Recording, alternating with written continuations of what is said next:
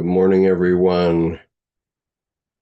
Today we're going to talk about how cultural attitudes are developed in this interview with John Beebe, who's a famous Jungian analyst. Good morning, Art.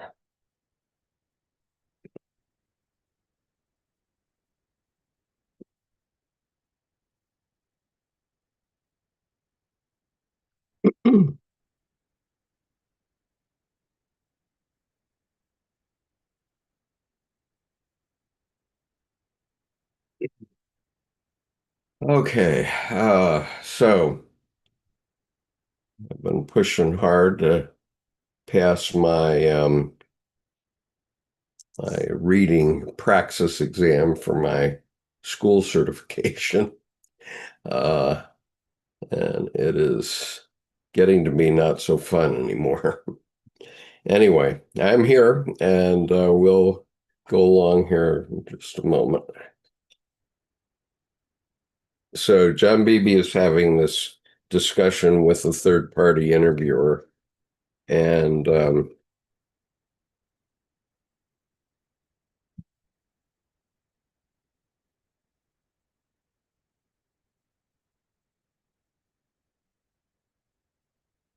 so I want to read again John Beebe's um, quote from the Red Book, which sort of says it all.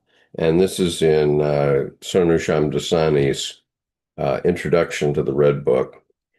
And here's what he says. The overall theme of the book is how Jung regains his soul and overcomes the contemporary malaise of spiritual alienation. This is ultimately achieved through enabling the rebirth of a new image of God in his soul and developing a new worldview as the form of a psychological and theological cosmology. So that's what Shamdasani says. Okay. And good morning, Deborah. Archifanis, good morning. Um, all right. So the interview. So I'm on page 154. I'm reading from this book, Jung's Red Book for Our Time, Searching for Soul Under Postmodern Conditions. Uh, Sometimes this. Anyway, you get the idea. That's the name of the book, and it's edited by Thomas Arst and Murray Stein. So I'm just going to read this interview or view. And so, hi, Michelle. Nice to see you today. And hi, Nicholas. Nicholas, nice to see you. Been a while. And so, anyway, we're reading on. So the interviewer says, what do you mean by the reality of the psyche? I recognize that as a Jungian expression. I recognize that as a Jungian expression, but conceptually, isn't Jung's reality of the psyche the same as Freud's psychic reality? And Beebe says, no, not even close. Jung is referring to something we can experience.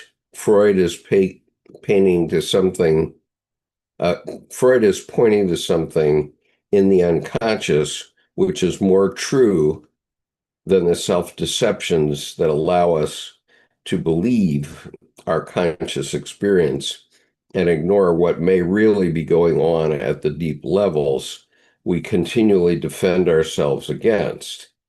Freud's psychic reality is a postulate as to what we are really like when our defenses are stripped away, something we only occasionally experience.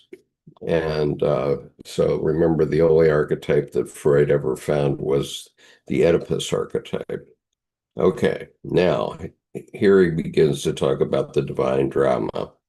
After his years with Freud, Jung was more willing to be instructed by conscious experience than theory. The point of the active imaginations recorded in the Red Book is that Jung could gain access to psychological experience directly through the mouths of inner figures he could observe and speak to. Salome granted him the gift of being able not only to witness, but to experience in a sensate way what transpired in the mysterium that Jung named in the handwritten draft as the locus for the mystery plays of his active imaginations. In that dramatized inner space, he met many other important figures of the unconscious. Now, when they spoke theory, Jung listened. Philemon's 7 Sermons to the Dead begins like a Hellenistic cosmology, but it ends like a rough draft for the analytical psychology Jung would soon lay out in his published writings. Interviewer: do you agree that with Shamdasani that we, along with Jung, get an adequate cosmology from Philemon? John Beebe: we get a psychological one. Gregory Bateson certainly thought so.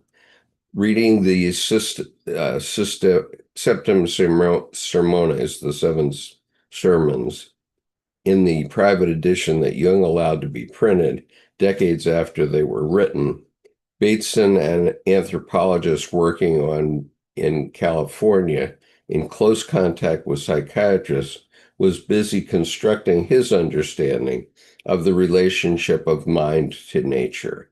He saw in the sermons a significant contribution to the ecology of mind. Bateson, who may have come upon the sermons through his close friendship with the San Francisco-based Jung psychiatrist Joe Wheelwright, used the word epistemology rather than cosmology to understand the relation of pleroma to creature, which was Philemon's explanation of how psychological experience comes into being. It is clear that Bateson means something not unlike a cosmology.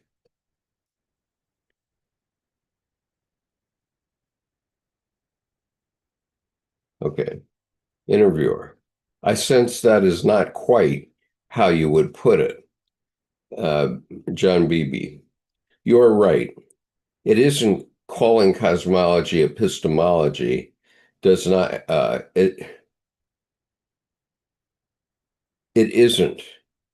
Calling cosmology epistemology does not take care of the metaphysical assumptions that Jung, following Philemon's lead and that of the Gnostics, wanted to wed to the experience of the mind's relationship to the wider context, the part of Jung's thinking that corresponds to Bateson's.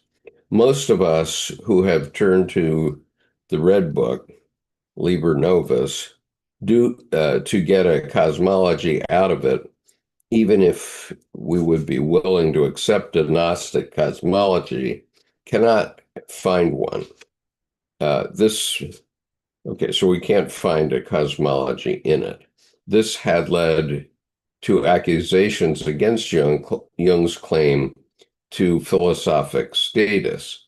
And even Jung wonders when the first encounters Philemon as even Jung wonders when he first encounters Philemon as a retired magician, if this is nothing but a childlike old man whose desirousness and creative drive have expired and who now enjoys his well-earned rest out of sheer incapacity. Interviewer: are you saying Shamdasani is promising too much? John Beebe: not really. We have to remember that Jung starts his Red Book out by telling us how incapacity can open up the spirit of the depths to us when we are no longer in thrall of the spirit of the times. That insight, that spirit of the times that incites that we strive tirelessly to make ourselves contemporary, capable people. If we expect Philemon to offer Jung a magical key to a philosophy of the unconscious that he had been unable to get from Freud, that simply isn't what he or we are going to get. As Jung has already told himself in Liber Novus, the hero wants to open up everything he can, but the nameless spirit of the depths evokes everything that man cannot. Incapacity prevents further ascent. Great height requires greater virtue. We do not possess it. We must first create it by learning to live with our incapacity. It is in that light that we should read Shamdasani's sentence about Jung developing a philosophical and theological cosmology. All Shamdasani says that Jung really achieves, and his sentence wisely restricts itself to saying that he develops it. It is a new worldview, something that could help us form a new cosmology because its perspective includes the self's psychological experience. It's that experience that Jung is allowing us to link to the more metaphysically postulated cosmos when we contemplate what we call the world through psychological eyes. Okay, so Nicholas Chan, that's great to hear. Um, and you should speak up more. Uh, hi, Jen Doe.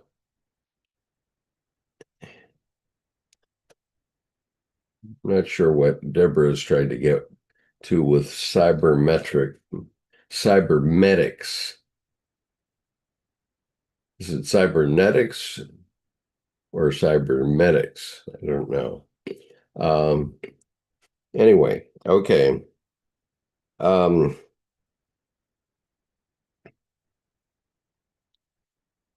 Interviewer, what is the relation to the form of this knowing, which Jung would later call esse in anima, to be in soul, to what we end up knowing?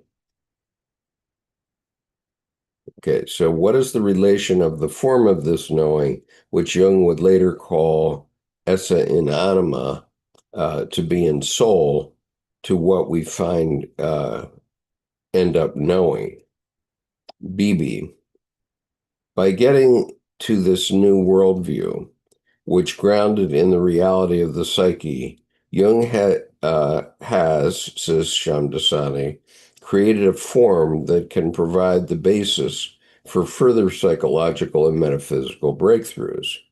If it permits an understanding of the universe in which both psychology and theology, the two disciplines that have led to the kind of imagining involved, can be transformed. Interviewer, wouldn't that be the same as taking a cosmic perspective on things? Beebe, the form of Jung's knowing, in my judgment, is not the same as the cosmology it might permit to come into being. Realizing that active imagination itself is what is most new in the Red Book, we can step back from an inflated view of Jung as himself, our master cosmologist, to view that that is not fully authorized by the figure in whose name it is summoned. Cosmology, the Webster New Third International Dictionary says, combines speculative metaphysics and scientific knowledge. What Jung established through his form of imagining is a different route to that combination that most views of the world had permitted before the Red Book came into existence. Interviewer: are you suggesting that he adds a kind of verification for what he asserts about the psyche by talking to the inner figures directly? John Beebe: I am, but this does not mean that the ideas offered in Liber Novus are based on empirical observations in accord with the philosophy of science or upon the signs and wonders that religious verification would demand of mystical experience.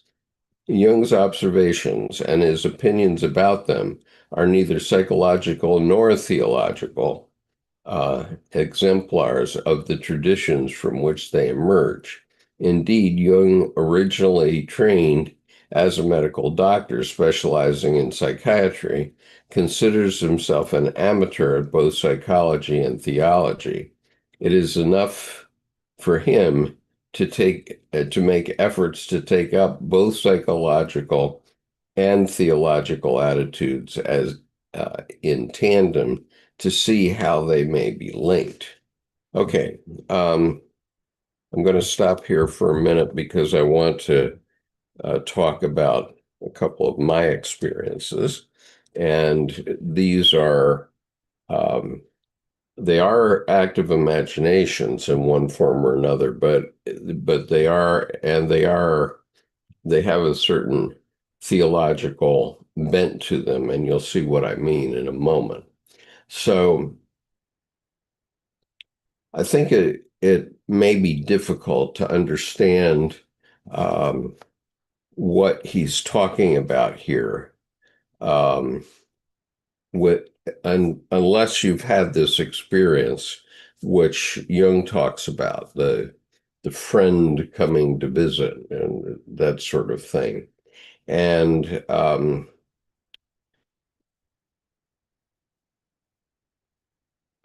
that I agree completely that that is a unique experience. It's something like synchronicity that we have, where something happens that you wouldn't expect to happen under the circumstances that you're in at a given moment. And I have synchronous events happen to me every day because I notice them. But that doesn't mean that I'm unusual. It means that I know what to look for. And and really, that's why I got interested in talking about Jung online, in the sense that um, I know what I'm experiencing, and so at the expense of beating an old dead horse, I want to just talk about a couple of experiences that I had that maybe not everyone in this group has seen before. And the first of them is my experience in the Naval Academy Chapel. And I've shown this many times before. I'm going to share my screen now. Let's see here. Okay. All right. So it on September the 16th, except on September the 6th, um, 2016, September 6th, 2016, I had gone into the Naval Academy Chapel, which is about 2 miles from where I live. And I was looking for some sort of consolation, and I don't often pray. Sometimes I meditate, And I didn't know what I was looking for in the chapel, but uh, when you're on the yard, which is the U.S. Naval Academy, um, you can just go in the chapel. It's open. I don't know if it's open 7 by 24, but it's certainly open um, most times during the day. But in the morning, it doesn't have any lights on, or it has very few dim lights. And so it's quite dark in the chapel. That it's in the shape of a cathedral, so it's the Cathedral of the Navy. And what you're seeing in this image is a stained glass window that was done by Tiffany. And you can understand why people are so gaga about Tiffany's stained glass by just looking at the three stained glass windows underneath it, which are a floor below. There's a balcony in between in this dark area here. There's a balcony. And you can see a dim light here on the bottom of the balcony. But so there are some dim lights on in the chapel, but not many. And so this part above, these three stained glasses windows above are by Tiffany. And I won't go into the symbolism of Tiffany's image at all. I just want to talk about my experience. So I went into the chapel. It was quite dark, and I went to a favorite pew, which is aligned so that the pulpit is on your right, and the pew is perpendicular to the normal lineup of pews in a church, let's say. It would be exactly 90 degrees off, but it looks up to the left in the chapel where this Tiffany stained glass window is. There are actually two uh, Tiffany windows in the chapel, but this is the one that I like to look at. And and I sat down in this pew and I was looking up at this stained glass window, and um, and then I was in an attitude of prayer, so I had my eyes closed, but suddenly I felt light come over me, um, and I looked up, and this is what I saw, and I said to myself, "Oh my God, nobody's ever going to believe this unless I take a picture of it." Unfortunately, I had my cell phone handy, and so I held it up and took this picture. And and so what you see is kind of a biblical sky coming in from from the window, an upper window in the chapel, down toward me.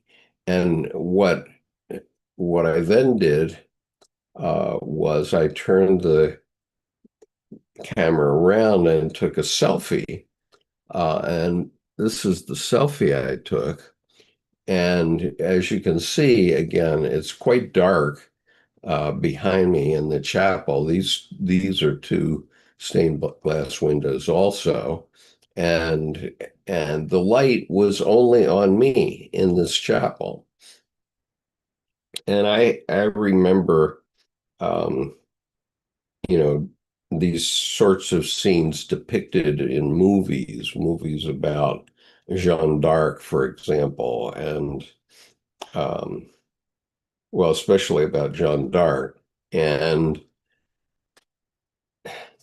God comes down, God gives a message to the famous person. There have been others. I'd say there were three or four that I've seen depicted in the movies.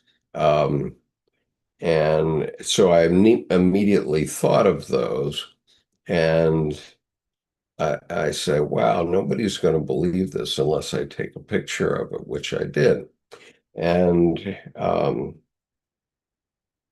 And so what happened was you saw how I was smiling in the photograph, which I had taken about maybe 5 seconds later, and my demeanor completely changed. I was so depressed. And all of a sudden, this light came on me, and it completely changed my attitude about life. And I've been talking about it ever since now, going on 9 years since that event occurred. But it's hard to get a picture of a numinous moment, and so that's one.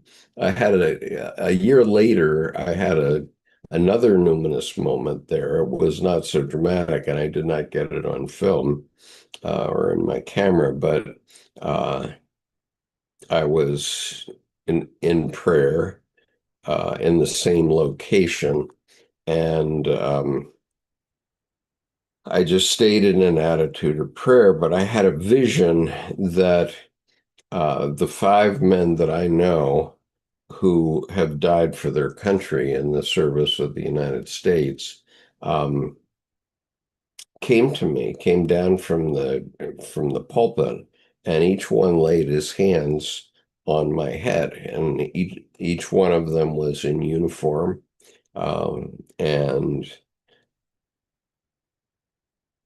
I guess three of them are Marines, and two of them are soldiers. So they were in Marine Corps or soldiers, Class A uniforms. They weren't in dress blue. But the point is that I felt that was a numinous moment too. I didn't lift my head up to look to see anything in the chapel. I was just seeing the whole scene in the chapel with these five men coming down from the pulpit, coming over to me and laying their hand on my head in a kind of blessing. And in both cases, I was very, very moved. And that's the type of experience that we're talking about. But those experiences do not have to do with Christianity or a Christian church. It just happens that those two did, one in 2016 and 2017. But I recall in 1993, um,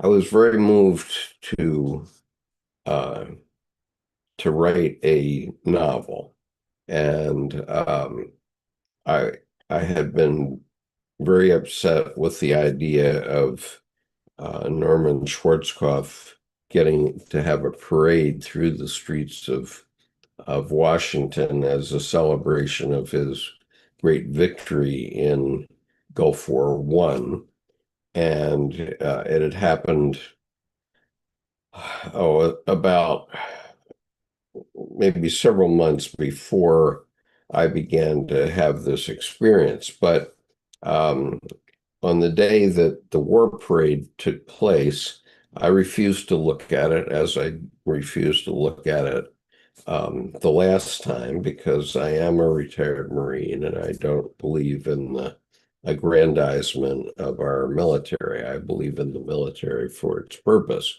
but not in the aggrandizement of the military, other than to the extent that we have certain celebrations ourselves within our service. And so those I believe in. And and so anyway, the war parade was on, and I was very upset by them.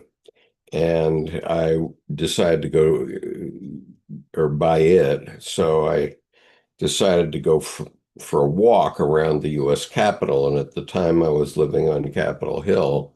And as I walked, I said, okay, well, and I would say, I was I was 40, I was 47 when that happened.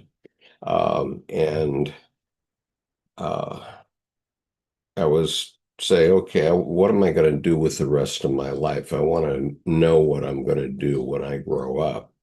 And and it came to me that I wanted to be a writer. And then it came to me that, oh, I've always been a writer because I was a lawyer at the time. And although I hadn't practiced laws for, at that point, about 14 years, I had used my law to inform my business activities and to allow me to do my business work. And I had always gotten investment in my businesses by my writing. And so I knew that I had always been a writer, but I decided that what it meant was that I wanted to write a novel. So then it, it happened that at that time there was an article in the Wall Street Journal uh, about Michael Crichton and an interview that Michael Crichton had uh, with the journal. And he said, well, the way to write a novel is to ask a question and then answer it. And obviously, he did that with Jurassic Park not long afterward. But the question was, what do you do to go about it? What do you do when you're going about writing a novel? And that was his answer. I ask a question and then answer it. And so that brought my mind to a question that had never been answered for me when I was 15 years old. So 33 years earlier, 32 years earlier. Um, I was living in Japan at that time, and when I was 15 years old, and we had a housekeeper, a young woman who was about 23 at the time. And one Saturday morning, I asked my father, where does this person come from, and what are her circumstances? And my father said, well, Japanese farm girls come to Tokyo or Yokohama, or this was Kamakura, to earn their dowry. And then they go back and get married and have their children. And I didn't know what that meant. Just my father had explained it that way. And so that question percolated in my head for 33 years. And so I said, okay, what? So then the next step in my thinking process was, okay, if I'm going to answer a question and I have that question, what would happen if that farm girl became the first woman prime minister of Japan? Uh, and what would her life be like from the time she's 15 and has come to the Tokyo, Yokohama area to earn her dowry and the time she's serving as prime minister and then retired. And so uh, what I then did was write a novel about that 60-year period until the heroine, whose name is Meiko, um, until she is a retired prime minister of Japan. And so it ends, the novel, though it was written in 1993, it ends in 2023. Um, and and it ends with a postscript that was obviously written afterward.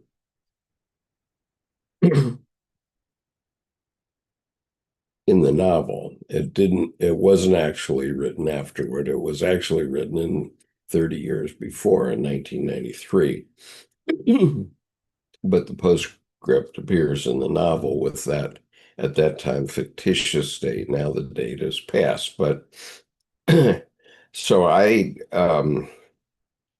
started to write this novel, and very soon I began to have active imaginations, and I was familiar with Jung's idea of active imaginations by then. I was, I guess, 6 years into my study of Jung at that point. I didn't know much, but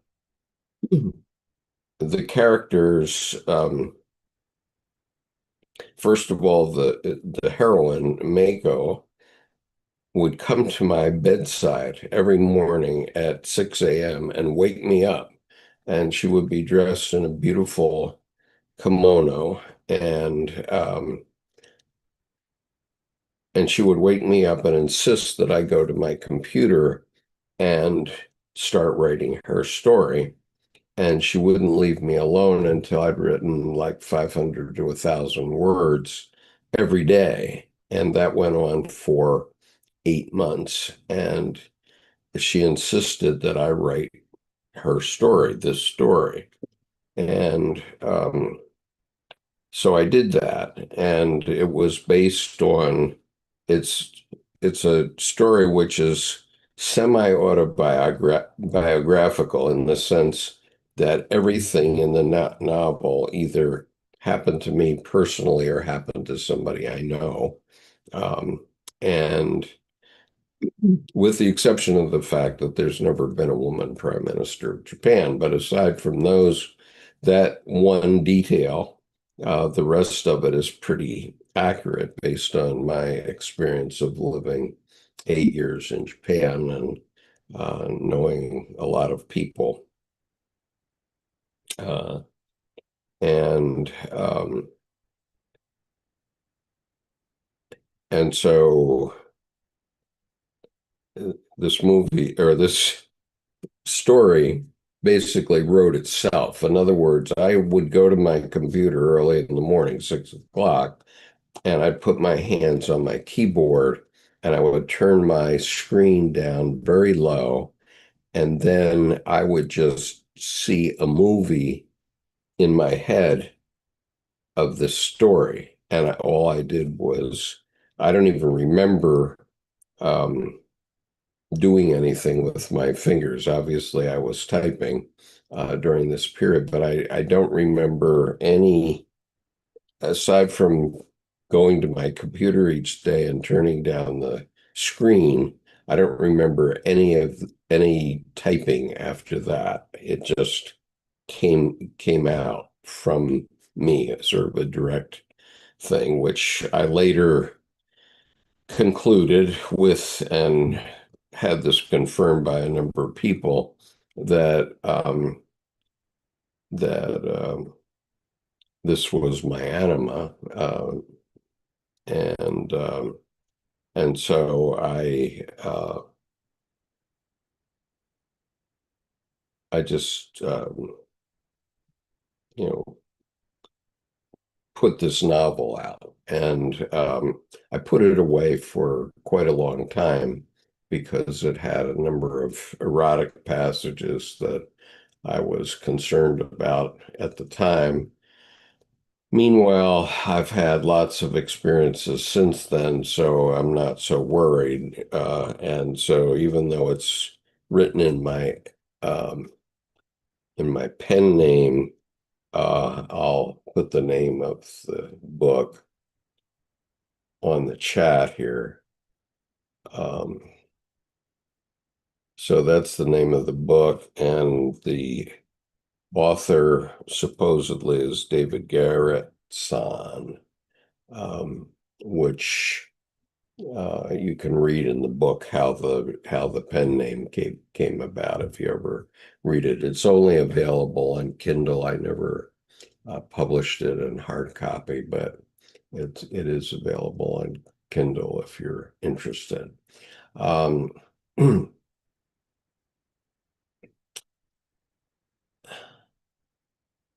so let me see what you folks are talking about in the meantime. Uh, So Sheree says, I've been listening to James Hillman, Carl Jung, and now have been introduced to Henry Corbett's work.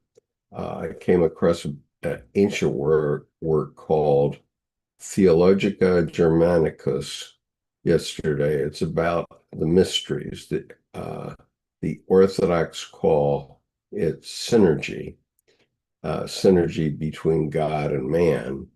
And Kathy says, good morning, friends of the Jungian Sunday realm. Okay. The analytical hour says, wow, was listening to his cultural attitudes lecture last night. And Tanner House.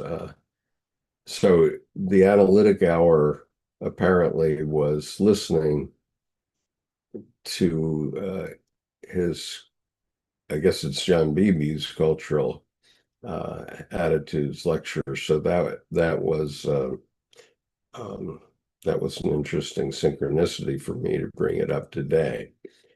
Um, and Tanner says, Army is the best. And I say, well, yeah, Army is the best. Um, and especially the BTS Army.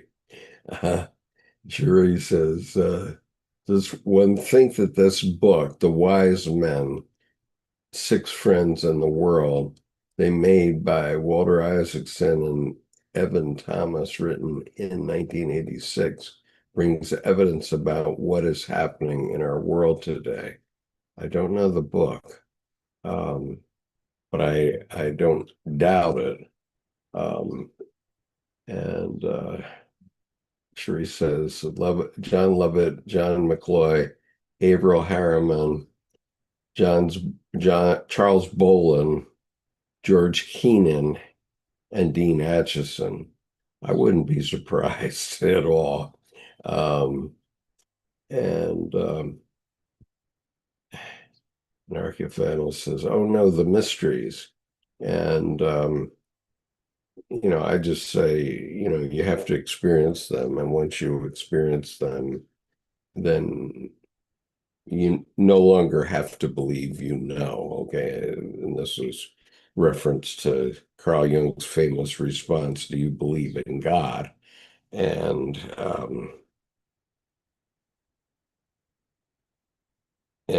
Jung said, I have no need to believe because I know. Um, and Richard says, when my stuff began, I had two angelic beings visit me, and their names were Garrett and Mia. Synchronicity again. Yeah. And Anthony says, some in the occult world call this automatic writing by a disembodied spirit, but Jungian discipline would tell another tale. Um, yeah, it's kind of automatic writing. I know of a stage play actually that was written by automatic writing years ago, and best man at my wedding, actually, it was his grandmother that did this in the 19 teens. Deborah says, I had my first experience as a child, similar to the one involving the light that David had. I'm actually Donald, but anyway.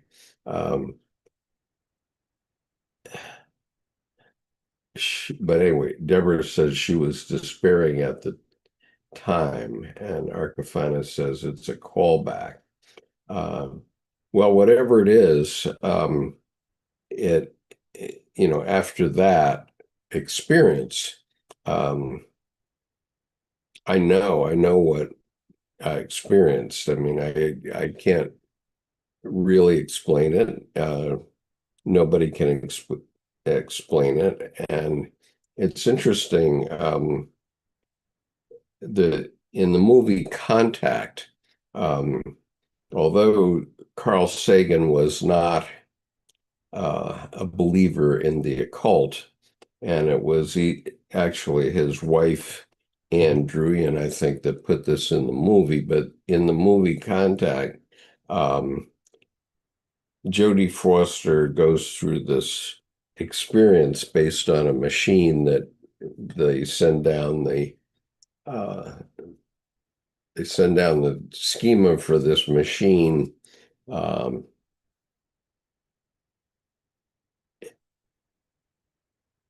and the aliens do that, and so we build it, and then she goes through this experience that the machine is supposed to take her through, and everybody that is outside the capsule thinks that it all happened in um, a fraction of a second, but to Jody it was 18 hours, um, and so her testimony here in that movie, at the end of that movie, is about the same as anyone who's actually had the experience, which is you can't really describe it, and but you'll know when you have it, okay, type of thing. You'll know. And so actually that movie Contact is actually about one of these experiences, but artificially created through this contact with another species. Um, and Deborah says, I was calling on my God, or similar, is there anyone who loves me? And I was flooded by this love. It was like honey. And Archiphanes says, a numinous experience. Yes, these are all numinous experiences. I was about 8 years old at the time. The whole environment I was in was very hostile. At home and at school, it was relentless. I was wondering, how can I keep on going? I'd also had one when I was younger than that, but it was different. Uh, And Cherie says, very true, one will know. And you do know. Um, and I now look back on the things that I remember in my own lifetime. And I think that all of them, all the things that I can remember from my early lifetime, um, were numinous experiences in some way. Um, and you know you I mean they're just too many to describe, but um I think of one time in particular where I went through a period of when I was about 5 years old where I knew when people were lying. I knew when people were lying to me, and I would just know. And uh, and I have this specific memory of this young kid who directly lied to me one day, and I just knew he was lying. And I still remember that very clearly. I remember the look he had on his face when he spoke to me. And so I could always tell whenever that kid was lying. And I don't have that antenna anymore to know whenever people are lying to me. But I think we have had so many lies told to us over the years that it's now hard to distinguish if you have a sixth sense about it.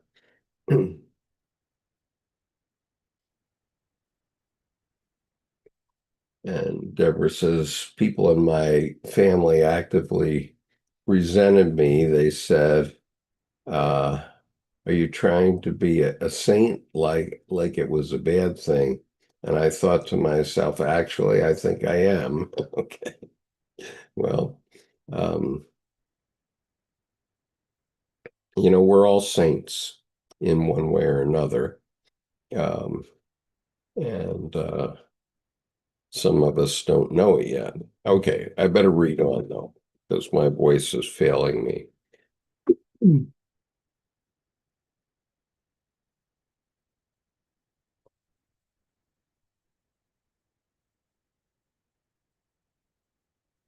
So anyway, I'll start at this interview question. What is the relation of the form of this knowing, which Jung would later call essa and anima, to be in soul, to what we end up knowing? And Beebe says, by getting to this new worldview, which is grounded in the reality of the psyche, Jung has, says Shamdasani, created a form that can provide the basis for further psychological and metaphysical breakthroughs. It permits an understanding of the universe in which both psychology and theology, the two disciplines that have led to the kind of imagining involved, can be transformed. Interviewer, wouldn't that be the same as taking a cosmic perspective on things? Beebe, the form of Jung's knowing, in my judgment, is not the same as the cosmology. It might permit to come into being, realizing that active imagination itself is what is most new in the Red Book. We can step back from an inflated view of Jung as himself, our master cosmologist, a view that is not authorized by the figure in whose name it is summoned. Cosmology, the Webster New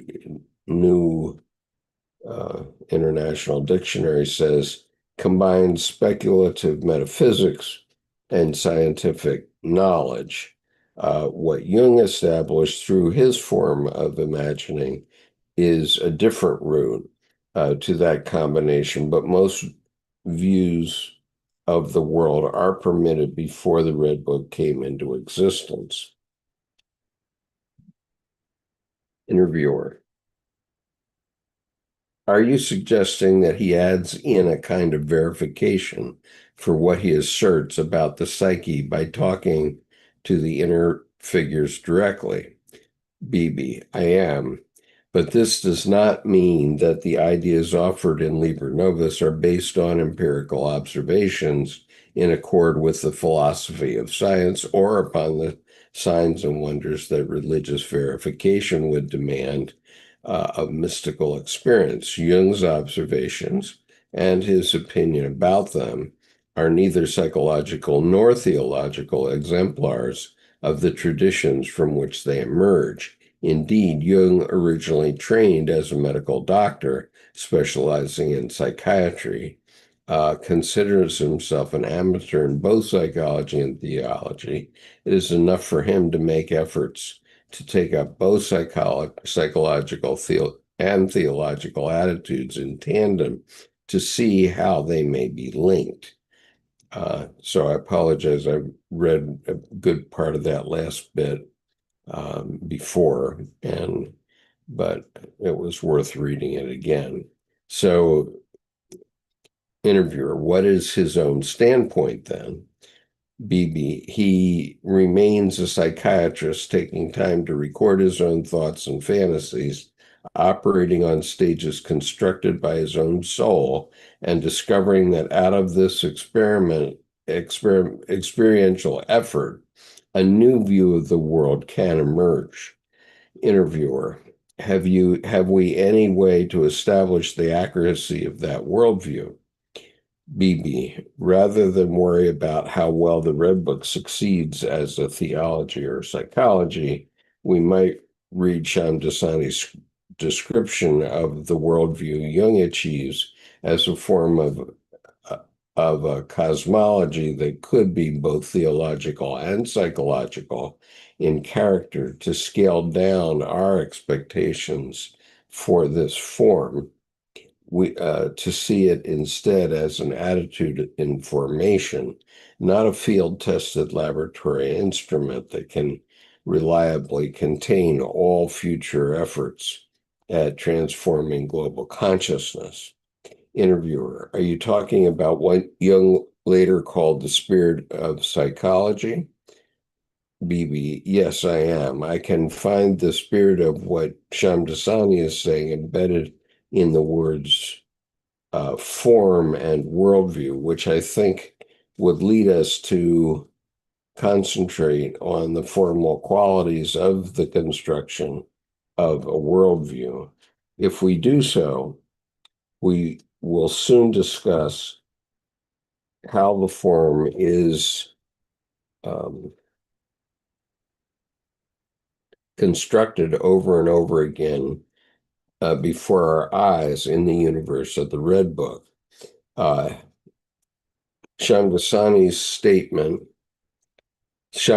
sentence, if we read it closely enough, puts the accent not on cosmology, but on worldview. His comment invites us to study how the Red Book believes throughout that which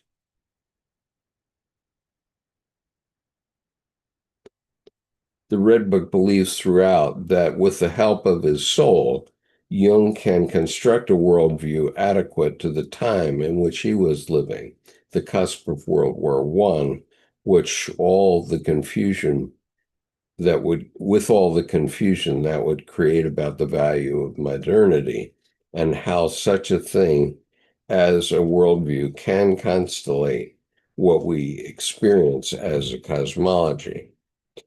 Interviewer, why is worldview better than cosmology then as a way to name what Jung is aiming for? Beebe, if we focus on worldview, we will recall that Jung was looking for something psychologically restorative in the wake of an image of world catastrophe, the Sea of Blood. He saw spreading over Europe in his prescient vision late in 1913, which was what initially made him want to take up searching for his soul, since he was afraid he might be going crazy. Interviewer, he changed his mind about that, though, didn't he? Beebe, yes. When the heir to the Austro-Hungarian throne, Archduke Franz Ferdinand, was assassinated at the end of July in 1914, and war was declared by the leading powers of the world, Jung realized that not he, but the world was suffering from a psychological disturbance, requiring that his own corner of the world, Europe, needed to examine the attitudes that were dominant in its collective consciousness. That suggests to me that he realized he was imagining and incubating attitudes that would not only be restorative for himself, but renewing the European culture generally. Okay, so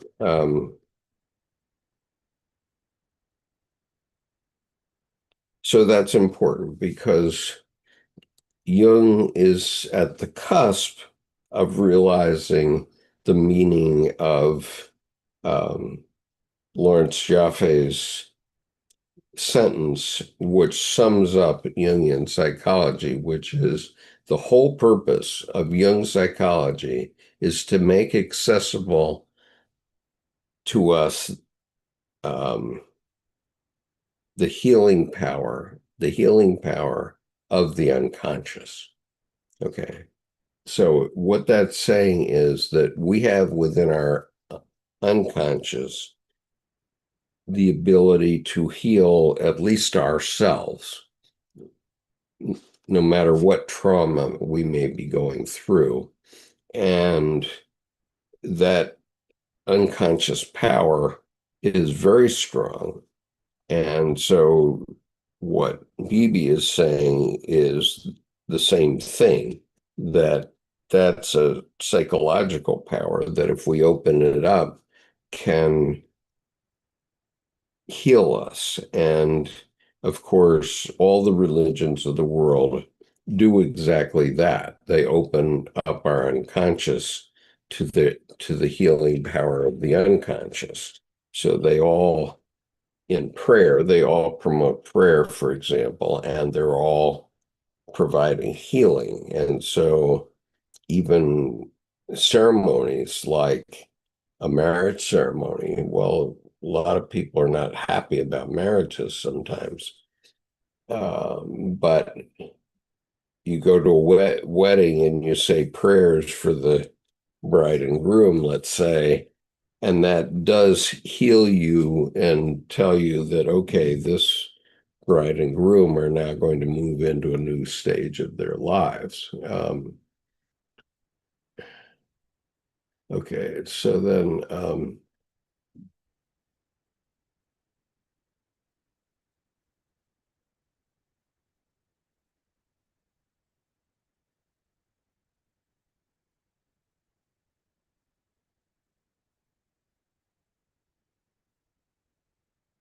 so Deborah was saying, they said, are you trying to be a saint? And like it was a bad thing. And I thought to myself, actually, I think I am, but I was only a child. And Tanner House says, that is their triggers. It's true. And then Deborah says to you at Tanner House that, but they were pretty brutal. They still hate me, actually. And my brother and said he doesn't understand why. Um, and Richard says there are some canonized saints that were children, and a few died martyrs' deaths. Saint Tarsius, Tarsicius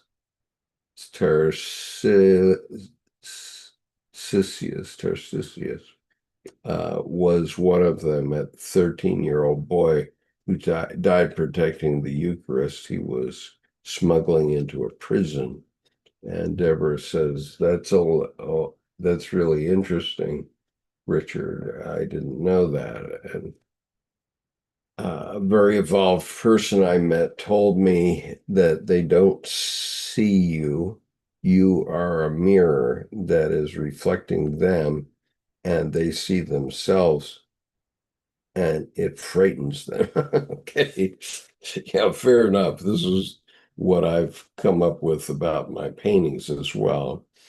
So that is also the shadow, maybe. I wasn't a saint, but I tried really hard to be of the highest personal character I could manage. Tanner says, the method of lying totally relaxed, but in a state of wide awake vigilance could be regarded as the simplest and most effective of all mental therapies, according to Jung. So,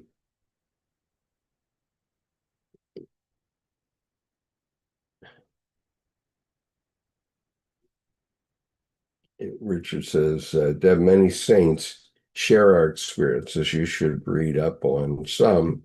And Anthony says, unless one believes in the power and efficacy of prayer or ritual, they're just meaningless words. Yeah,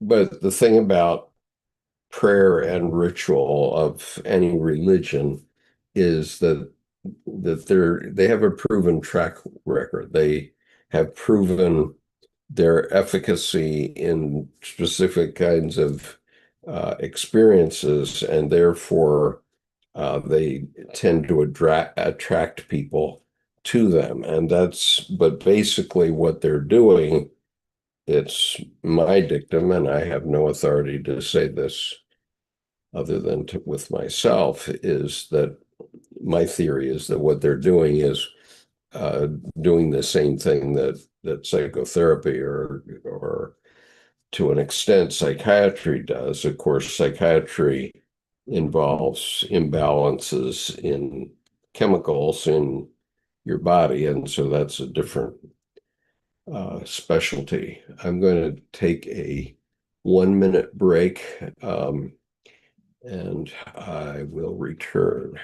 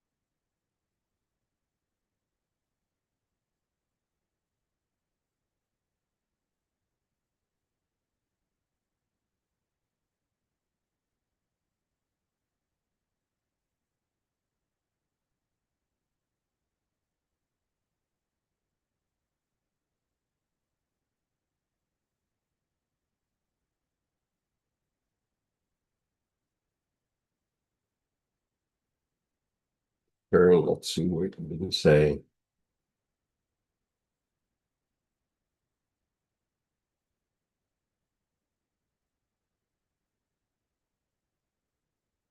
Yeah, Anthony says, unless one believes in the power and efficacy of prayer or ritual, they are just meaningless words.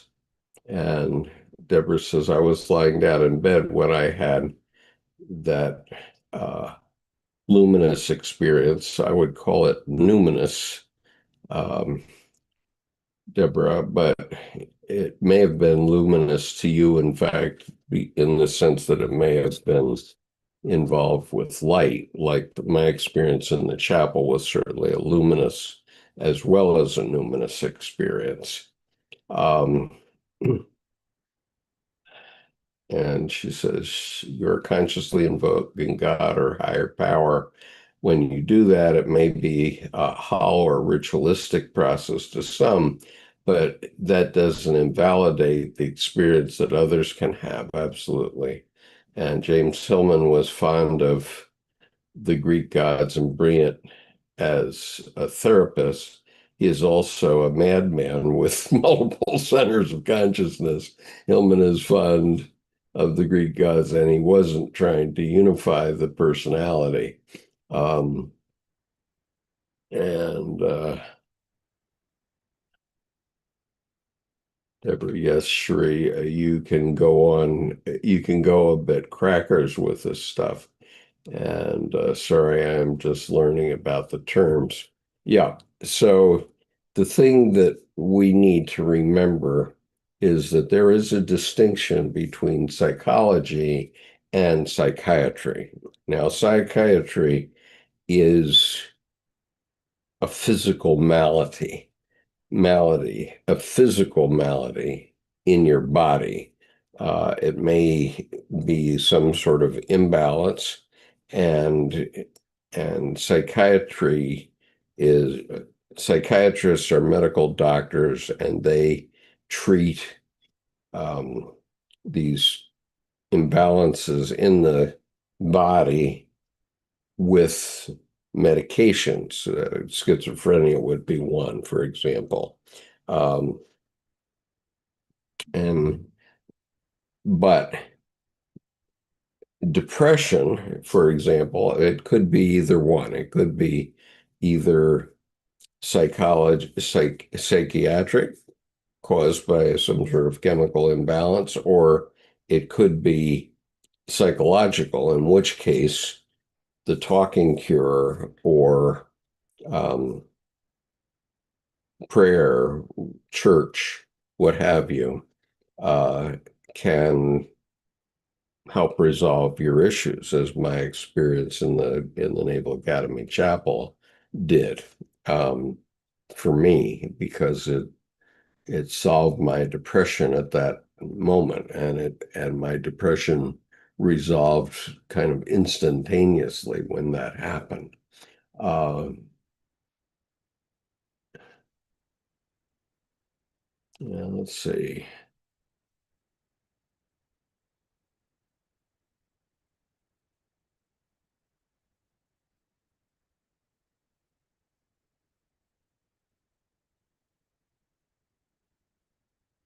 Cherie says, read these men as literature. You are trying to change your life, and you are on your way.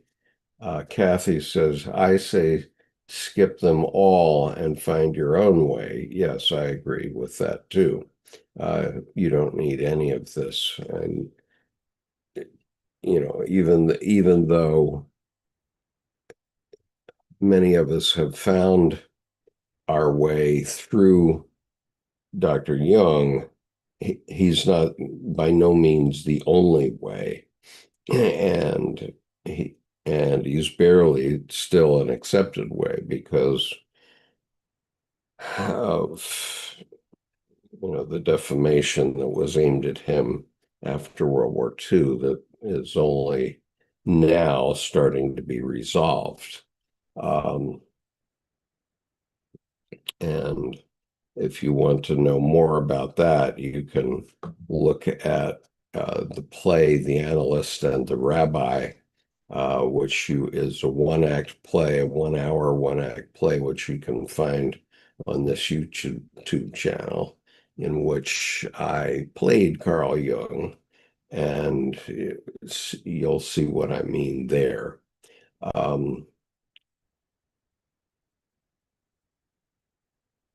Kathy says we find our way through resonance. Yep, you have to find what works for you. And so there's no right way, there's only your way. Even Jung said that in the Red Book. Okay.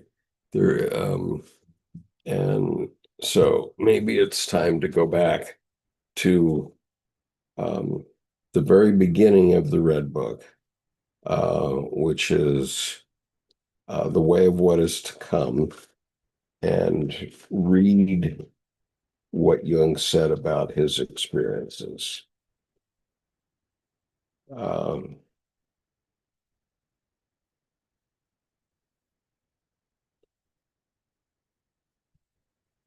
He says, believe me, and I'm on page 125 of the reader's edition of the Red Book. And this is at sort of the end, the last page of the first chapter, which is called The Way of What Is to Come. Believe me, it is no teaching and no instruction that I give you. On what basis would I presume to teach you? I give you news of the way of this man, him, but not your own way. My path is not your path. Therefore, I cannot teach you. The way is within us, but not in God's, not in teachings, nor in laws. Within us is the way, the truth, and the life. Woe betide those who live by way of examples. Life is not with them. If you live according to an example, you thus live the life of that example. But you should live your own life, if not, but who should live your own life if not yourself? So live yourselves. The signposts have fallen. Unblazed trails lie before us. Do not be greedy to gobble up the fruits of foreign fields. Do you not know that you yourselves are the fertile acre, which bears everything that avails you? Yet who today knows this? Who knows the way to the eternally fruitful climes of the soul? You seek the way through mere appearances. You study books and give ear to all kinds of opinion. What good is all that? That is only one way, and there is only one way, and that is your way. You seek the path. I warn you away from my own. It can also be the wrong way for you. May each go his own way.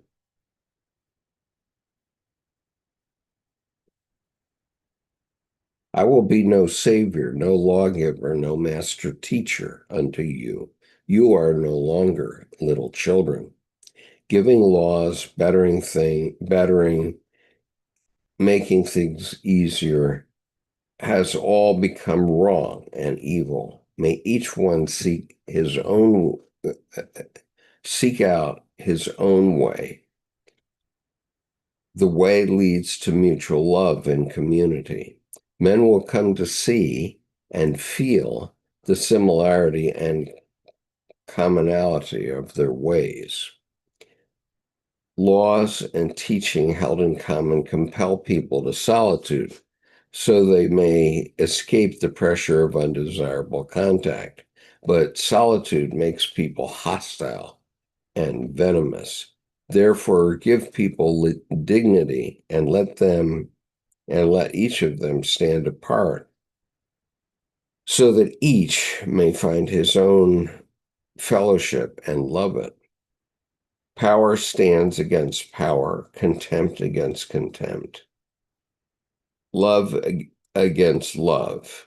Give humanity dignity and trust that life will find the better way. The one eye of the Godhead is blind. The one ear of the Godhead is deaf. The order The order of its being is created by chaos.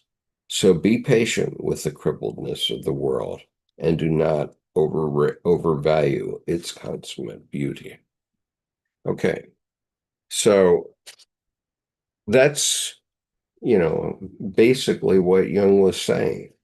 Everybody's got to find their own way, and it, may involve being a Christian, agnostic, Buddhist, Jungian like me, or it may involve Tibetan Buddhism like my wife.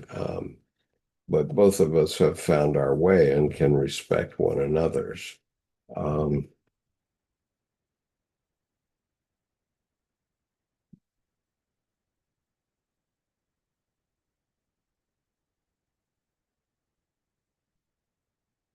so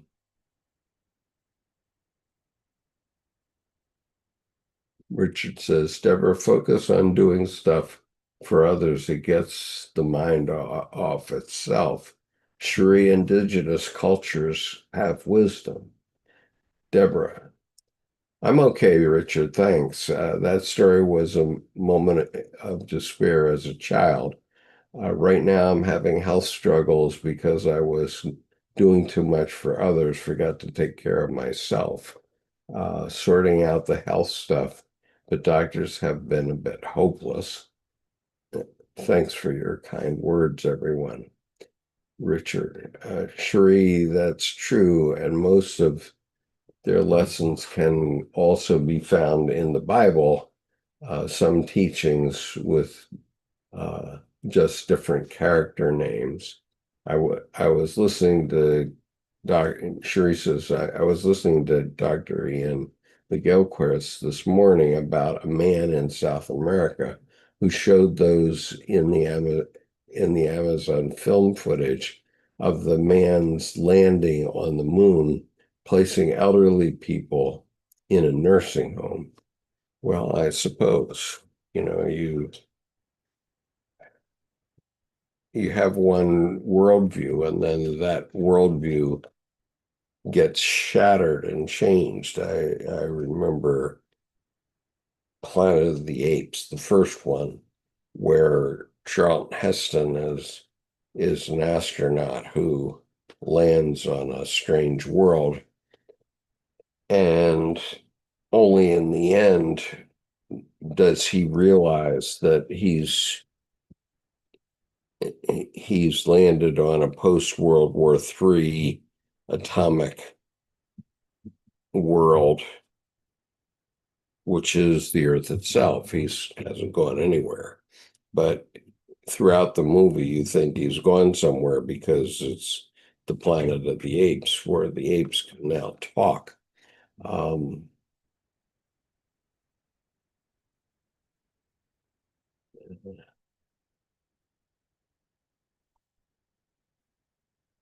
okay. All right. So let's see what else we can glean from John Beebe.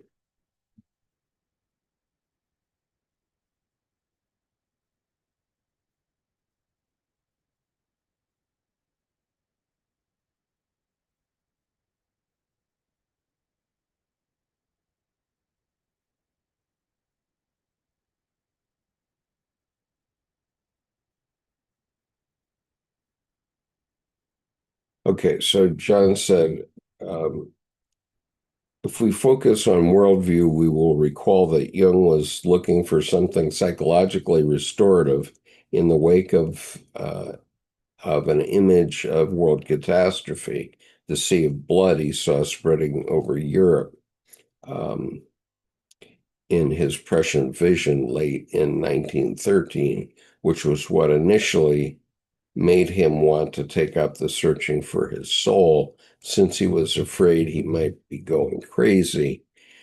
Interviewer, he changed his mind about that, though, didn't he? Beebe. Yes, when the heir to the Austro-Hungarian throne, Archduke Franz Ferdinand, was assassinated at the end of July in 1914, and war was declared by the leading powers of the world, Jung realized that not he, but the world was suffering from a psychological disturbance, requiring that his own corner of the world, Europe, needed to examine the attitudes that were dominant in its collective consciousness. That suggests to me that he realized he was imagining and incubating attitudes that would not only be restorative for himself, but renewing the European culture generally. Interviewer, are these so-called cultural attitudes that you write about in Energies and Patterns of Psychological Type? Beebe, yes, although Jung would not have used that term, uh, which was only introduced into analytical psychology much later by Joseph Henderson, who had been his analysand. Jung realized that the construction of binocular sensitivities adequate to apprehend the complex depths of the world that were now evident with the advent of World War One, I had become a life. World War One had become a life task for everyone. The world was already shedding the skin of modernity with its myth of progress, and it was going to require a new way of seeing to understand the reality of the decomposition of the cultural forms that belong to that more naive view of human development. In what sense is this way of seeing new? And Beebe says, I think I mean freshly constructed, but not exactly new, because much of what's constructed are versions of the cultural attitudes that have themselves been present for a long time in human culture and have only recently become exciting uh, for us precisely because we have, so to speak, lost them. An interviewer, can you be more specific? And Beebe said, in his book, Cultural Attitudes and Psychological Perspective, Henderson says that there are four cultural attitudes that are no longer uh, easily seen in pure form in our culture, and yet have always been what I would call stances that culturally aware people have found possible to take, at least since the ancient high cultures that we know about, because they created a record. Henderson defies these as the social Henderson defines these as a social. Henderson defines these as the social, the religious, the academic, and the philosophic. Interviewer. Just from these names, these stances don't sound like anything that would have been new in the 20th century. Okay, I have to stop for a couple of minutes because I'm hypnotizing myself, as many of you know who followed my classes. If I'm doing a lot of reading, especially of Jung, I, in effect, perform a hypnotic induction on myself, and I have to slow down.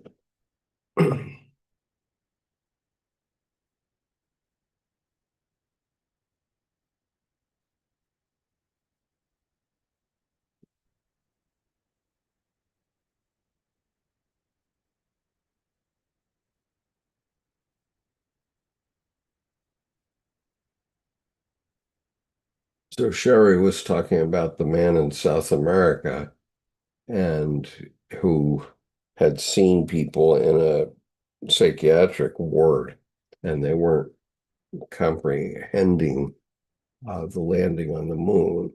Uh, but when they heard music with Marie Callas singing it, it was beautiful to them. Uh, and Richard says, like the Virgin Mary, who's shown up in different personas throughout the millennia, God gives to each culture familiar faces. Um, they can feel comfortable. They can familiar faces they can feel comfortable with. Oh my gosh. Uh, Q mentioned 1913 this week. I don't know who Q is. When did work, when did world languages begin? Does one know? Someone has joined me. How wonderful.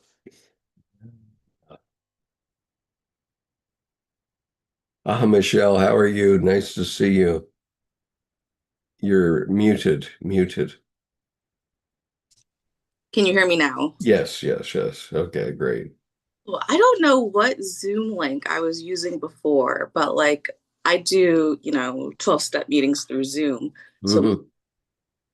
pressing one of those, I don't know. But I- I'm now. So you're here. So what wisdom can you offer us? I've hypnotized myself, so I'm trying to wake up.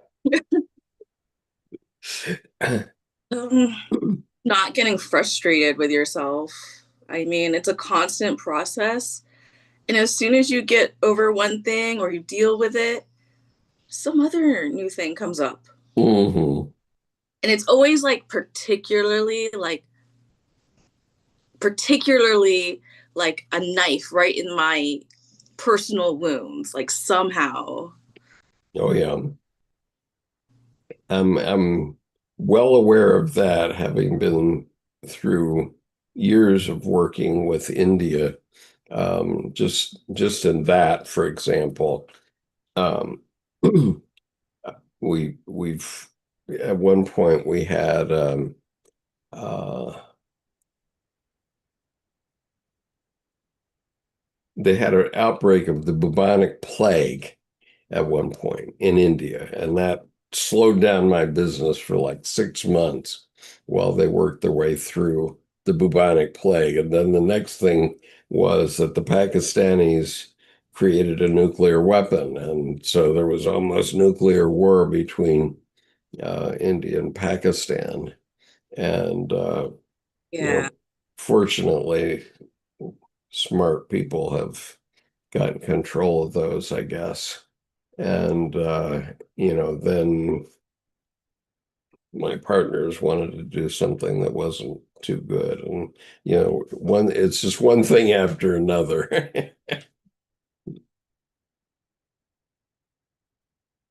You're muted again.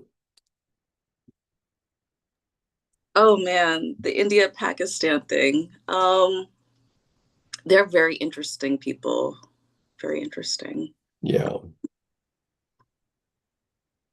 And That's all I have to say about that. But um, very interesting. And it's a fluid situation over there. right. So were you reading any of the book that I sent you? Did you get it? Oh, I've read it before, but I'm rereading it. Uh-huh. Um, With a view about whether we can make an audio book about it. yeah, like I have the audio equipment to make tracks. So I was thinking I could make tracks and send them to you. Yeah. Um, yeah, we could do that. We could do that. And I have GarageBand, of course, which everybody that's got a Mac has GarageBand, and so I actually have read a couple books and made audible books out of them, which are published. Um, and they're the only things that sell these days, actually. Um, Really? yeah, paper books don't sell, but to the extent I get any money at all from my writing, at least that kind of writing. I mean, I get it all the time from writing about things I want to accomplish in business, for example. But to the extent that I've done creative writing or nonfiction writing in book form, I never get anything unless I get it through Audible. And even that is like one sale a month or something like that. It's crazy. Um, but yeah, I think it would be great because it would be another like media form of an Asian American and Hmm. American, um, interacting with this American culture because I have two cultures, Right. and both of them act like they're the only culture. Yeah. Did you ever have an exclusively Filipina culture before you had the overlay of the American culture, or were you born here?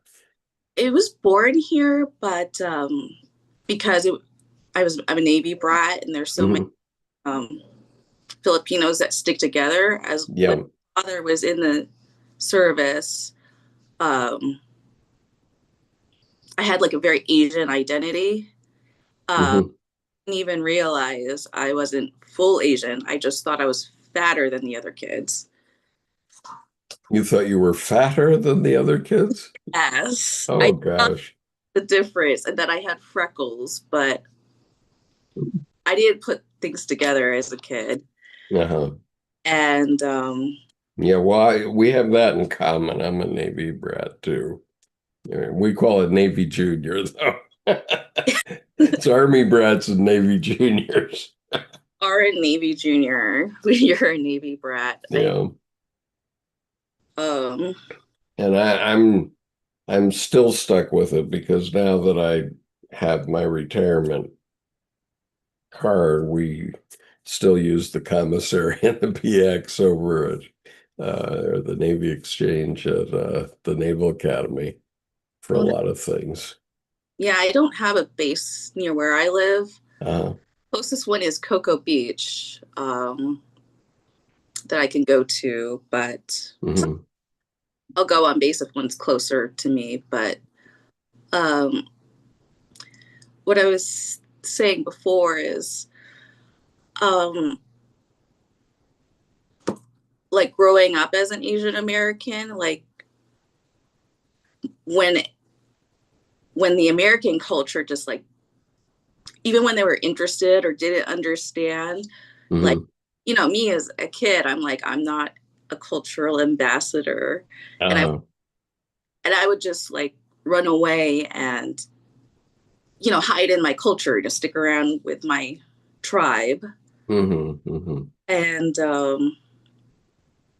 I guess that's what happens to my kids. Oh, thank you. My wife just brought me a cooler from Dunkin' Donuts. Isn't that nice? Uh, uh, so I'm thinking about my kids who are mostly black in my school. I would say we have 90% black children in our public school. Um, and I teach at a very unique public school. It's called alt education. Um, but it's basically you can't get into my school unless you've been suspended a couple times from your regular school. Uh, that's the kind of behavior issues that we deal with. And we take kids in for um, from a quarter up to including their full high school career now from sixth grade on. And we provide them with certain adjustments that make them be better citizens, I would say. Um, and we, we, I mean, we, to have like role models or figures in media, and especially if they don't match up to the typical pigeonhole role. yeah. Well, that's the problem that well, a lot of them are children of trauma, or um, the fathers are not present in the household for one reason or another, and so they don't have a father figure in their lives, and so I serve as a substitute for that sort of. An archetype, definitely. I'm the special educator in our middle school, the part of our school that's middle school. Um, so sixth, seventh, and eighth graders are the ones that I deal with, but I have colleagues who deal with the high school kids as well, and they come out okay. I mean, we have one kid who was accepted at 5 colleges this year. We only graduated 7 in our senior class, and we typically only have, well, this past year we had only one kid in the sixth grade and 2 in the seventh, and about, I guess, 8 in the eighth grade, something like that. But Those are we, pardon? those are really tough ages. Yeah, the middle school, it turns out to be tough. I, I have a very unique job in the school system, because it's unlike any special educator job that we have. Because I end up dealing with a lot of behavioral problems, and it's interesting to see how these kids find ways to cope. I mean, very young kids who are, say, 12 years old, 11 or 12 years old, and they've found ways for them that lets them cope. But unfortunately, it doesn't always comport with the way we want people to behave if they're in school learning something. So,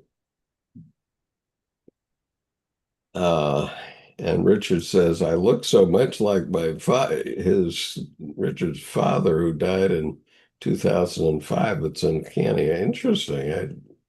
That's the first time I think you've mentioned that to me.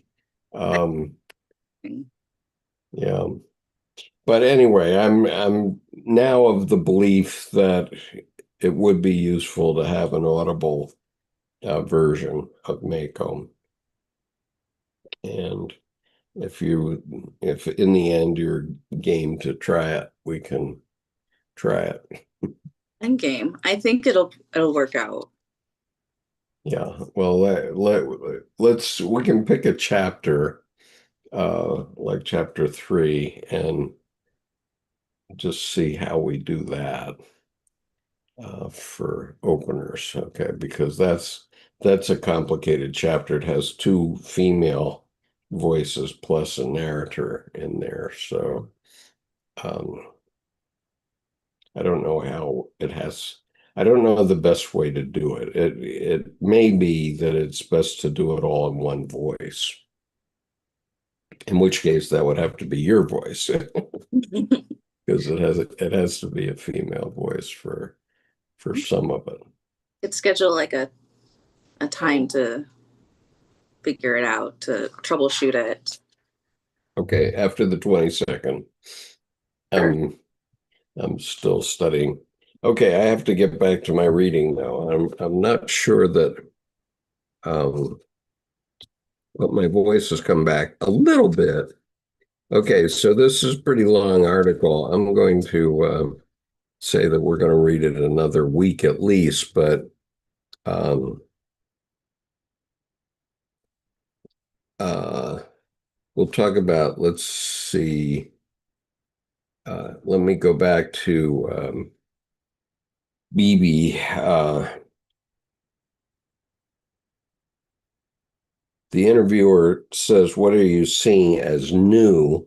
As in, quote, new religion or something. And Beebe says, "I think I mean freshly constructed, but not exactly new, because much of what's constructed are versions of cultural attitudes that have themselves been present for a long time in human culture and have only recently become exciting for us precisely because we have, so to speak, lost them." Interviewer, can you be more specific?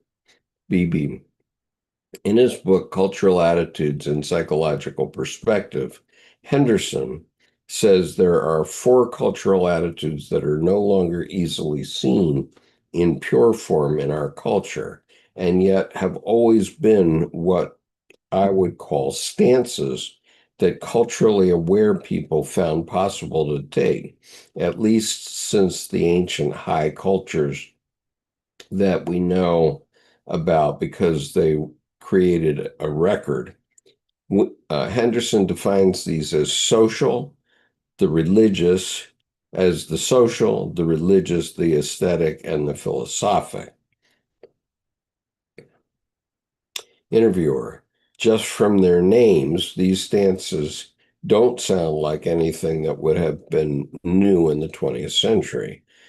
Uh, Beebe says Henderson suggests that a fifth possible attitude, the psychological, came into our culture around the time of William James, which was also the time of Nietzsche. Both James and Nietzsche were influenced by Emerson, whose essays written in the 19th century display the prototype of this new attitude. But Henderson also says that it is characteristic of the psychological attitude to take what it needs from one of the more traditional attitudes, but only what it needs to keep on reflecting psychologically with the help of that attitude. Emerson was drawing from a philosophical attitude to create a way of reflecting psychologically on what it meant to be effectively cultured in an America bent on individual self-realization within an ever-expanding frontier for the exercise of personal choices. Interviewer, are there traditional cultural attitudes you have drawn upon to realize and formulate your psychological attitudes? Beebe, definitely. People who follow my work know how often I turn to amplifications from works of art, particularly movies and paintings. There is some kind of reciprocity between the aesthetic attitude that enables me to follow how artists construe the psyche, and more strictly, psychological attitude I've had to cultivate uh, in my practice as an analyst. So let me read that sentence again. Um, there is some kind of reciprocity between the aesthetic attitude that enables me to follow how artists construe the psyche and the more strictly psychological attitude I've had to cultivate in my practice as an analyst. Interviewer, what what characterizes a psychological attitude in analytical practice?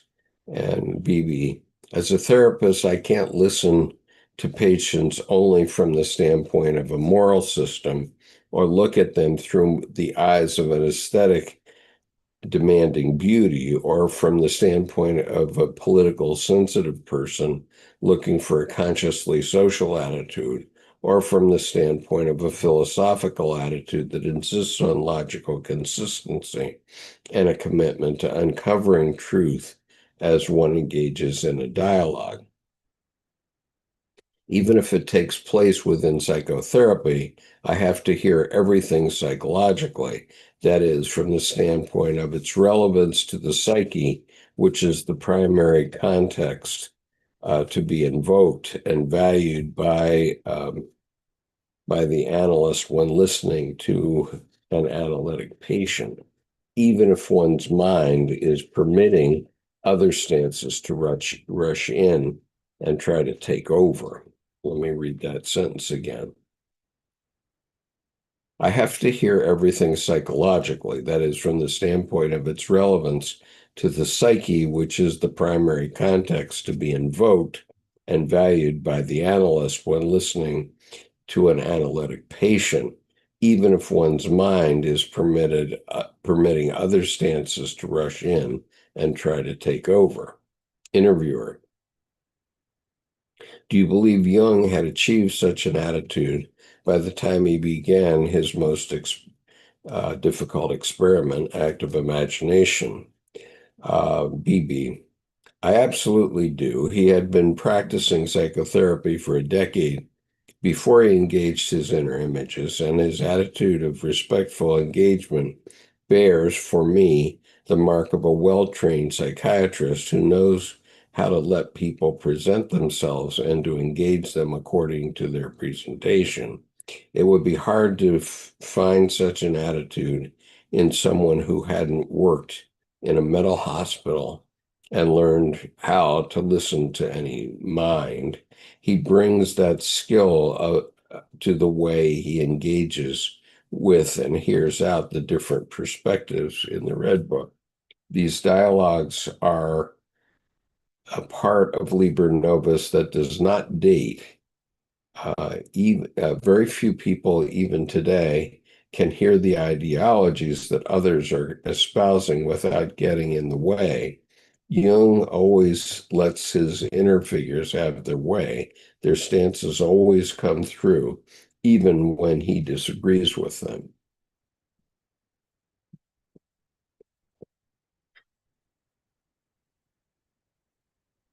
And so what I'm going to do is stop there, I think.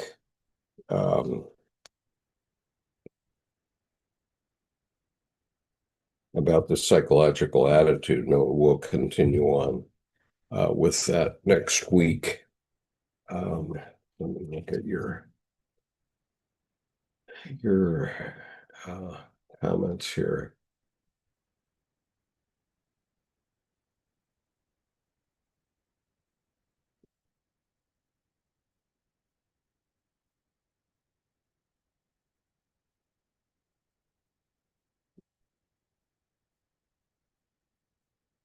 So Cherie says, I was taught at home. I was taught at home with my papa's library, and he taught me that I teach at our home, keep it at home. Or he taught me what I teach at our home, keep it at home. I did not. I was getting in trouble, even with my first grade teacher. These books are wrong. Laugh out loud. And Deborah says, children of that age don't keep secrets easily. It's all about exploration and expansiveness. It put you under quite a bit of pressure. And Deborah, my mother had to keep the secret that she could speak English in occupied France. It's definitely pressure on a child. They never had friends over because someone might slip up. That would be the end. Cherie, when I was told that my Pricella could not see me yet saved at my will at my all-white church, uh, you know her. She irons your shirts for 10 cents a shirt, and she has cooked meals for you. she has cleaned your home. My parents, my parents and she knew what would happen. They allowed me to experience it with Priscilla, my Priscilla.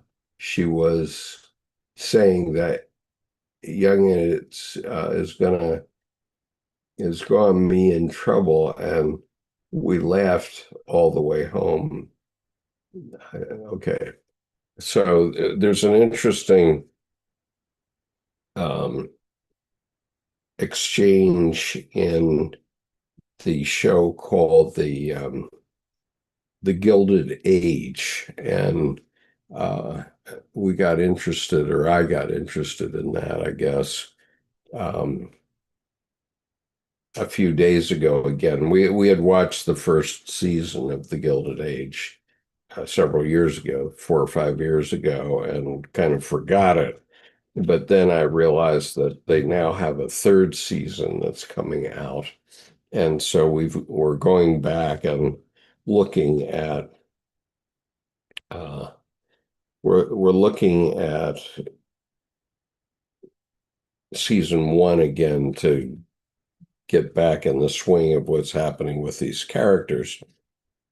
And as we do, some of these points about culture are really coming up big time because there's exchanges between um, the hyper wealthy, the old families of New York, and I have to smile because Mrs.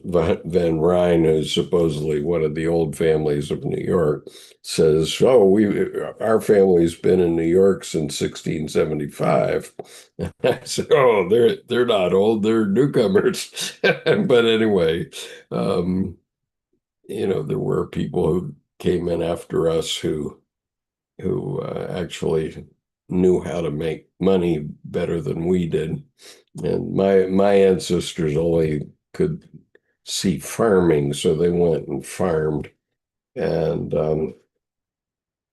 farming and trapping again. But there's the old guard and the new white people. Then there's the whites and the blacks. Then there's the old guard versus the rich Jewish families and so on. And it's very interesting to see how they've woven together these cultures in terms of um,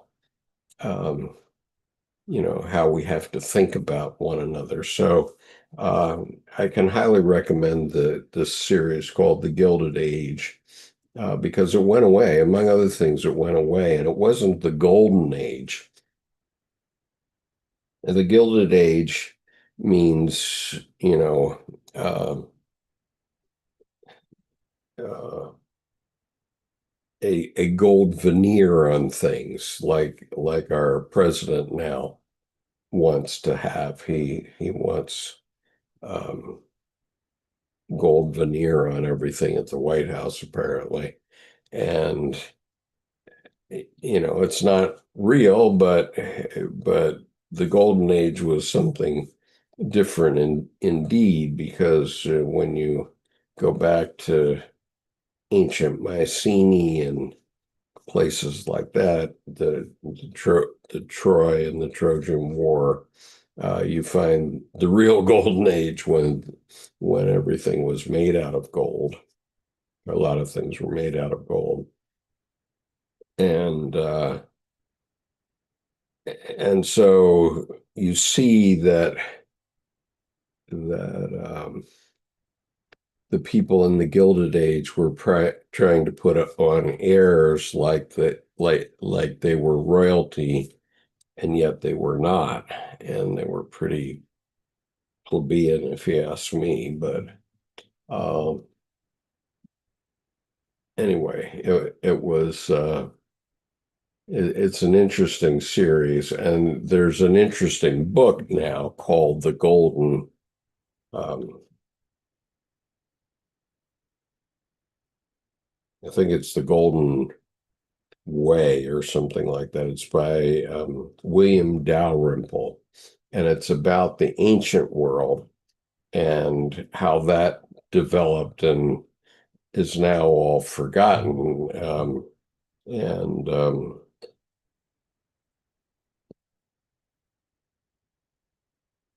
I guess it's called the Golden Age. I'm going to put it in the chat here for you.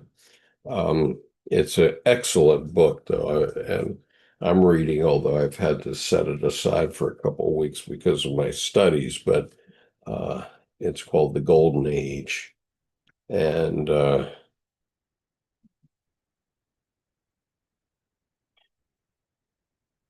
so it goes into uh, what was going on that created uh,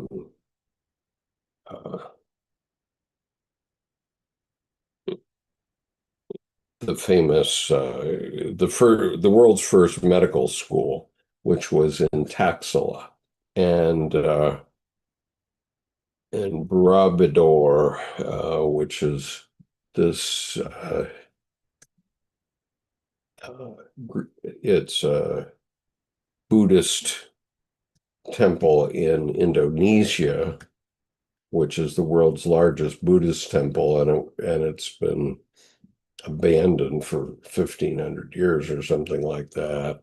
And then there's Angkor Wat, which is in Cambodia, and it's the world's largest Hindu temple, and partially destroyed by the Red Guard in modern times within the last 40 years. And anyway,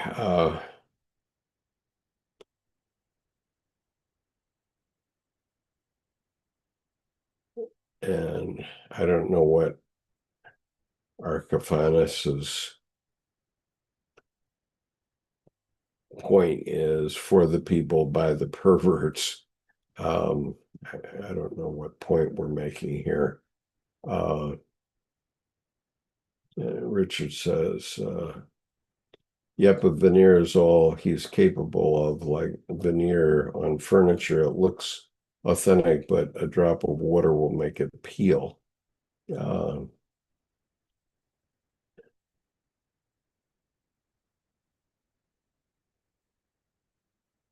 and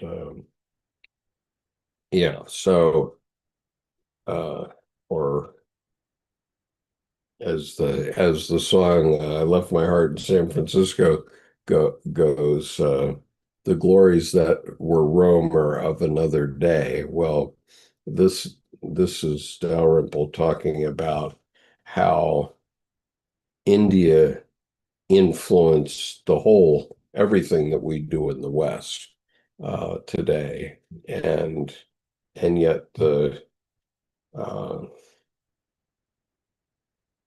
the big great universities of India and those places are all in ruins today. Let's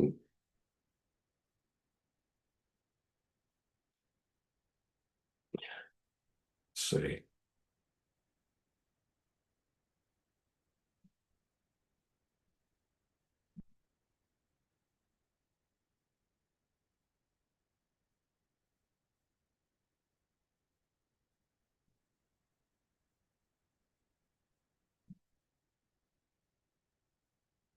I'm not seeing what you're referring back to, uh, Deborah, about his niece. Oh, Mary, you're talking about Mary Trump, I guess.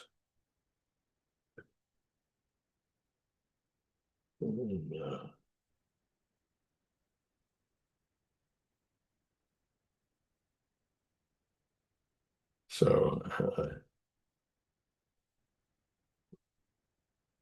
okay, well, all right. So, Sheree has recommended a book entitled "The Cup of Tea," uh, written in 1903. It's a book in English, living in the United States at that time. And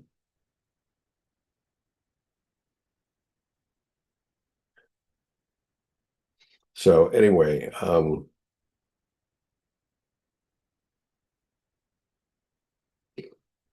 Okay, I'm losing track of the YouTube conversation, so I'm going to say goodbye for today because I do have to get back to my studying, and I will see you all next week, and we'll try to finish up the Beebe article next week. So anyway, thank you for being here today, and by all means, I'll put my email on this chat.